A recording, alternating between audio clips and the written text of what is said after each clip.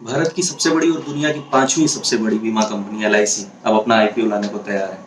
जाहिर सी बात है, बहुत सारे लोगों के मन में बहुत से सवाल होंगे कि ये कितना बड़ा आईपीओ होने जा रहा है, इसके सक्सेस होने के कितने चांसेस हो रहे हैं, हमें इसमें पैसे लगाने चाहिए कि नहीं लगाने चाहिए, एलआईसी पॉलिसी होल्डर्स को इसमें क्या डिस्काउंट मिलने वाला है, आईपीओ कब खुलने वाला है और कब तक बंद होगा, वगैरह वगैरह। इन सारे सवालों के जवाब हम इस वीडियो में जानेंगे। अगर आप चैनल पे नए हैं तो सब्सक्राइब करना ना भूलें और बेल आइकन दबाना ना भूलें आगे ऐसी ही वीडियोस के लिए। तो आइए शुरू करते हैं। 1956 में एलआईसी का गठन किया गया, सारी बीमा कंपनियों को मिला करके, और एक सरकारी कंपनी का गठन किया गया जिसका नाम एलआईसी है। और शेयर मार्केट में अभी भी सबसे ज़्यादा पैसा एलआईसी का लगा हुआ है। अगर कहा जाता है कि अगर सारे म्यूचुअल फंड्स को मिला दिया जाए तो उसकी रकम एलआईसी से फिर भी आधी ही रहती है। तो इसीलिए बहुत सारे लोगों को बहुत देर से इंतजार था कि हाँ, हम एलआईसी का आईपीओ कब लॉन्च होने जा रहा है जिसमें कि हम अपना पैसा लगा सकें, जिसके हम शेयर होल्डर्स बन सकें। तो चूंकि ये सरकारी कंपनी थी, सरकार को फैसला लेना था, तो अब सरकार फैसला ले चुकी है। विनिवेश का जो उनका लक्ष्य है उसको पूरा करने के लिए एलआईसी में वो अपनी हिस्सेदारी बेचने जा रहे हैं। तो पहले ये सुनने में आ रहा था कि ये लगभग 5 से 10% के करीब सरकार अपनी हिस्सेदारी एलआईसी में बेचेगी, लेकिन अब जब खबरें सामने आई हैं तो उसमें है कि 3.5% अपनी हिस्सेदारी सरकार बेचने जा रही है। तो देखा जाए तो एलआईसी का, इसके लिए कोई भी अगर कंपनी मार्केट में लिस्ट होती है तो पहले उसको अपनी वैल्यूएशन बतानी होती है। तो एलआईसी को ये पता करने में लगभग पिछले, जब वित्त मंत्री का अनाउंसमेंट हुआ उससे लगभग 2 साल लगे यही सब पता करने में कि उसका कितना अंतर्निहित मूल्य है। तो देखा जाए तो उसका अंतर्निहित मूल्य आंका गया 5.5 लाख करोड़ रुपए। तो जो भी उनका मूल्य होता है उससे कुछ ना कुछ गुना बढ़ा करके और मार्केट में वो कंपनी लिस्ट होती है। जैसे कि वो आकलन खुद से ही करते हैं कि इस कंपनी का फ्यूचर में कितना स्कोप है, क्या फायदे में हो सकती है, कैसे क्या है, तो उस हिसाब से वो अपना आकलन करते हैं। तो शुरू में ये बहुत बड़ा आईपीओ होने जा रहा था। सुनने में आ रहा था कि इसका आकलन भी इन्होंने लगभग 13.5 लाख करोड़ रुपए का किया था।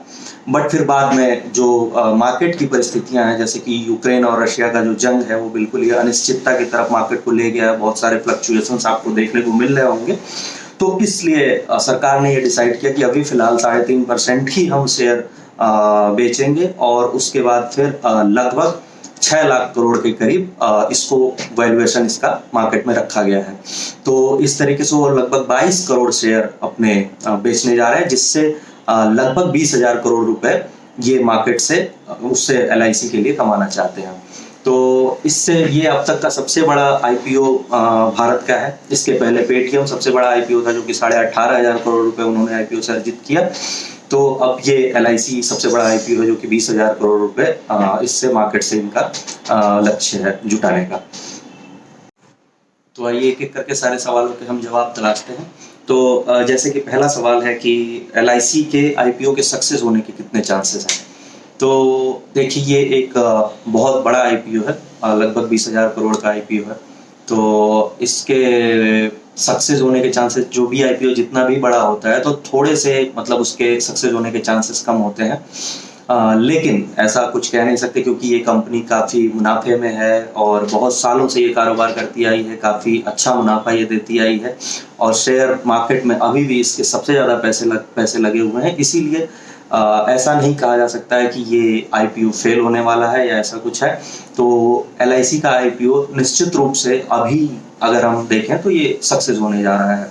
आने वाले 1 साल में एटलीस्ट ये अभी सक्सेस रहेगा और उसके बाद इसकी मार्केट वैल्यू कम होगी, ज़्यादा होगी, वो एक मार्केट पे डिपेंड करेगा कि कैसे क्या चीज़ें हो रही हैं। तो दूसरा सवाल जो है कि क्या हमें इसमें पैसा लगाना चाहिए या नहीं लगाना चाहिए।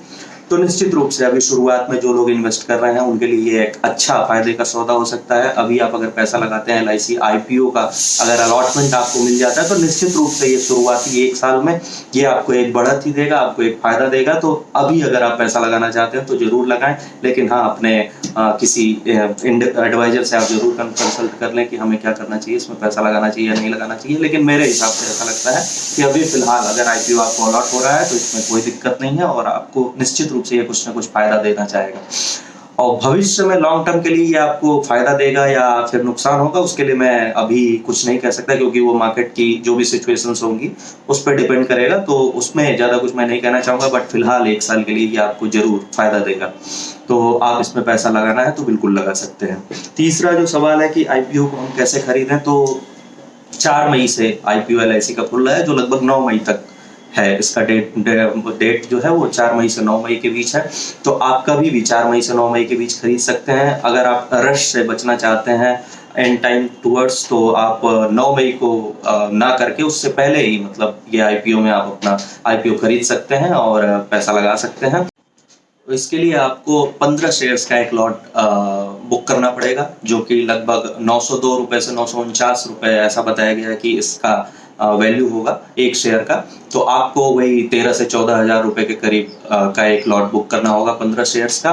पॉलिसी होल्डर्स के लिए इसमें कुछ डिस्काउंट्स हैं। तो अगला सवाल वही है कि पॉलिसी होल्डर्स के लिए इसमें क्या डिस्काउंट है। तो LIC ने पहली बार ऐसी कोई कंपनी है जो कि अपने कस्टमर्स के लिए कुछ डिस्काउंट लेकर के आई है। तो इसमें 60 रुपए पर शेयर LIC के कस्टमर्स को डिस्काउंट दिया गया है। तो LIC के जो भी पॉलिसी होल्डर्स हैं, LIC के जो भी कर्मचारी हैं या फिर नॉर्मल लोग, तो नॉर्मल लोगों के लिए तो नॉर्मल रेंज में वो 902 से 949 का है, और जो भी पॉलिसी होल्डर्स हैं या फिर LIC के जो कर्मचारी हैं उनको 60 रुपए डिस्काउंट के साथ 842 से 889 रुपए के बीच ये शेयर अलॉट किए जाएंगे।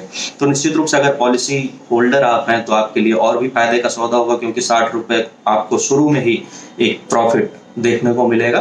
तो देखा जाए तो अगर टोटल हम पॉलिसी होल्डर्स की बात करें तो भारत में LIC के 29 करोड़ पॉलिसी होल्डर्स हैं, जिसमें से LIC का ये लक्ष्य है कि अगर 10% लोग भी IPO के लिए अप्लाई करते हैं तो उनका IPO ये सक्सेस होने का बहुत बड़ा चांस रहेगा। और इसमें लगभग 2 करोड़ 21 लाख शेयर्स रिजर्व रखे गए हैं LIC के पॉलिसी होल्डर्स और कर्मचारी के लिए।